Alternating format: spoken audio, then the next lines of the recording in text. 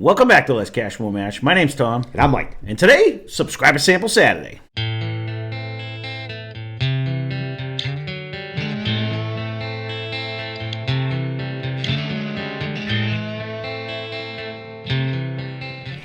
So today's Subscriber Sample Saturday is brought to you by Danny Dog.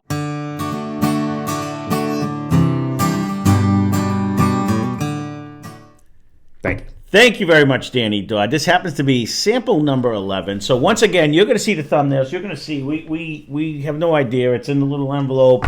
That one hurt. We don't know what exactly this is.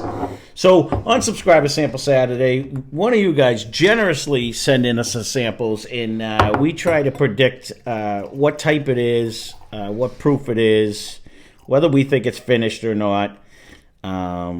Whether we like it or not. Whether we like it or not, ultimately, is what it's going to come down to. And we just play a little game just to try to talk it out between the two of us. Hopefully we do a little bit better than we did yesterday, because I still can't believe that he's been mumbling about it since I showed up. I still can't believe we were that far off. His nose is really different. But, but it is what it is. That's one of the reasons why I wanted to make it blind, because sometimes on a blind, you can totally convince yourself it's something it's not, even if it's something you know exactly what it should, it is. But, oh no, that is definitely different. I was waiting patiently before I did anything, because it's like, let me get that into my glass, because it smelled like I was smelling something. It's not the glass smell. No. So we are in the rum land, is what I'm guessing. I was just going to say, I think we went south. Yeah. Yeah, because you're getting that. There was a candied smell to this one for sure. Like that sugar cane rum like smell. There's a different it could smell be that in one, there, like too. even almost like a light malt too, but I know there's no malt there. But. Well, I don't know. I don't know. Could we be in a land like that? I shouldn't have jumped the gun. I don't know why I'm. Because once I convinced myself of something, I did jump south first. Okay. I did. All right.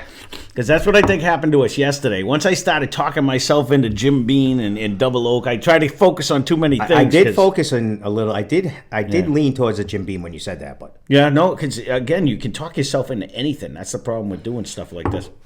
It has a very good nose though, but it is like sugary sweet on the nose. Oh, it's very sugary going down too. With a little after flavor. Oh no, there's definitely something else in there. It's got an after flavor. Yeah, it did. Yeah, I don't know if we are. Do they finish rums? I believe they do. See, I'm venturing into a land that I have no idea. They put them in finished barrels, like if they do. Really? Because I again, as much as I said I was going to venture down, I just bought a whole lot of bottles and didn't even leave my house again. So I have not ventured down the rum aisle yet. I really like that one, to be honest with you. It is very flavorful, and it seems to be holding on a little bit for now that I took my first sip. You had that. I get that matchstick like after it's lit, and you get that thing. You just get that hint of it right in the very beginning that I got in the last one. That was a good note you actually brought up. I think I brought it up a long time ago on one of the scotches, but I just got that hit. Again, there was a different flavor, and I'm trying to think now. These are tough too, because I remember the one that he sent us, the sample that he sent us one time before. It had such a sugary thing. We were way off on the proof, and I'm wondering if that's the case here again. I'm thinking it's holding its own on proof again, but it does have a huge sweetness. Mm-hmm. With a little bit of an after flavor in the end, and I kind of almost have that end taste of the matchstick, but I was trying to hold on to it too, but it sticks there. And I don't know if that's what rum does with the char if it's in a charred barrel. I don't know, like an ex oak. Maybe that's how it comes off a little that way. That flavor. I don't know if that's the case. I mean, it is very dark. It is. Oh man. I'm having a hard time with the proof again, because it's not proofy to me. Like it's not, it's not drinking hot. Like it's not drinking proofy. I don't think we're over 100. If we no, are, okay. If I was trying to think that I'd be shocked if we are. It's going to be like yesterday. It's just another great combination of a blend that's bringing this down, and it could be the sugarness that brings it down a little bit, but it's got a really good nose though. It does, but not a bourbon, really not a really huge bourbon note. No, nose. it doesn't. So I'm still gonna. Look, this is very tasty. I will say, like we did that 20-pound or whatever it was that was local to us, and this is here and here. This is way better than the one we have because that one had like a weird allspice crazy flavor, and this one actually drinks. This one drinks very nice. It drinks very easy. So if this is over, it's not an 80 proofer. I don't want to go over 90 though. I was going to say 90 tops. It just and it's probably higher. I remember the one he sent was hotter last time. I'm going to stick close to the 100, but because it does kind of stick here. Yep. Just it's the sweetness is probably brings it down a little. But and now you have me thinking. Finished. That's what I'm wondering because there was a secondary flavor. Like you got the sugarcane taste and the rum taste, but then when I was getting through it, there was like something else. But it wasn't really a fruit. I don't really know. I don't think we went to Ireland or anywhere over there, and I don't think we went to Scott over there either. Typically, none of these come out this dark.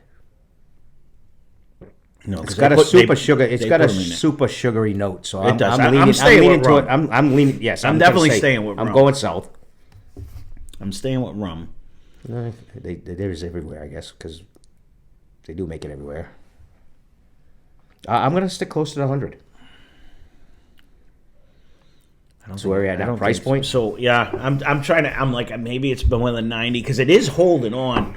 I don't want to go higher than 98, though. I really don't. I'll say 96 just for fun, because that'll put me 4 up, 4 down. But I'll say like 96, but I'll tell you, it drinks super soft. Like, I never really thought that, you could drink rum. I did because I had gallons we drank. I had one bottle of cheap stuff left, and I was like, I'm not bothering buying Coke. So after I came back from vacation, I just drank it down, and it did drink super soft, even at the cheap stuff, because of the fact that when you get used to drinking whiskey, the rum is so much sweeter and more sugary. Price now, I'm gonna say, let me take one more sip, see if I can try to get a finished barrel out of it. There was a different taste, but I'm wondering if that's just the rum itself.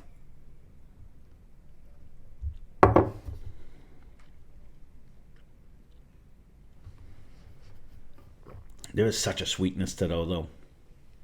I'm going to say not finished just for fun. I'm going to go there. Although I shouldn't. I think I talked myself out of it because I just don't know if they finish rums like that in like secondary, like, Chardonnay barrels or something like that. So because it's already sweet, so I don't know if I'm already with you on it. I don't really know. Yeah, so I'm going to say unfinished. I was like you. I went and got Bacardi, or I got Myers. That was kind of the two that and then, if we went to an island, we got Brugal, or whatever island we went to, we got whatever. Exactly. So what do you think? Price wise, again, I don't know. I don't really know prices of them either. I don't know either. I mean, I wouldn't be disappointed at $69.99, honestly, if it was there. Okay. Yep. I would. No, I agree with you on that. I said, because I don't know price, and this is kind of hard. I was actually going to say $60 even, like that would be acceptable to me. It depends on what it is, because if this is like a 10 or a 12 year or something like that, it could be way higher and stuff. And we're gonna have to. So rum goes that. I really. Well, he sent us a 10 and a 12. Remember, so I know they go at least that. So I mean, if this is like $50, wasn't it? Weren't they? I don't think they were outrageous. I didn't bite it on this one. I don't think it was either. That's why I said I would go I think like $59.99 is a good price, like you just said, on there. But if it's a higher years, I mean, this drinks very nicely. So, all right. So I think we hit all the categories, right? I believe so. All right. Let's see what we're actually dealing with here. Thank you again, Danny, for sending this in. Yeah, starting it off. Yeah. All right.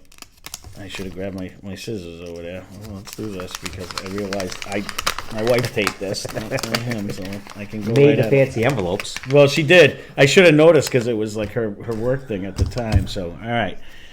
This is... My fingers are not working today, can you tell? Let's see. So, this is a Flor de Cana 18-year rum. So it says best bang for your buck aged rum, a $50, 80 proof. I knew I should have stayed down with the 90. I told you it was drinking super soft. 18 years of age and not finished. So I got to stop listening. I let you convince me. You let me convince you on that on there. But again, it is super soft. But it is super soft. It holds on. It does. So I was thinking sugar. I was afraid brought it down. I was afraid because when he did his I think it was a 10-year he sent in as a sample, and it was way harder than the 80 proof one, but it drank like very easy. And then when we drank it up against the 12-year one that he had, then it went back down again. But this one is very good. And for $50, 18 years, absolutely, that's a steal on that one. I guess I'm gonna have to go down these aisles because I have no idea what they look like. I will eventually. I guarantee I will go down and buy some eventually. But again, our sack is like gremlins over there. We feed it after dark, and it gets angry and multiplies. And it's faster than rabbits. It keeps growing. So, but thank you again, Danny. This is a lot of fun. This is hard to do, but at least we were closer on that. That's why I said if it's ultra aged on there. But that is a deal and a half because I think the 10-year that he had set, but that was a little bit higher proof. But these are tricky because the sugar covers that smooth. Well, that's really why I was kind kind of talking. I semi-talked myself into it's a higher proof, because of it. It's drink it easy. Yeah. But then again, even in the whiskey land, it tends to be if they're aged a little more, they seem to be a smoother, easier. You know, and it's funny too because when I kept saying there's another, maybe that's that extra wood flavor that we're getting, and it counters. Remember I said how it rips out the flavor out of the wood and stuff like that. So, well, there you go. There's Subscriber Sample Saturday. Thank you for sending this in, Danny. Yes, thank you for all of you that have participated in this to keep this game going. This is a lot of fun. Thank you for who all watched. And if you're still here and not subscribed, please consider doing so. Spend less, drink more. Cheers. Subscribe.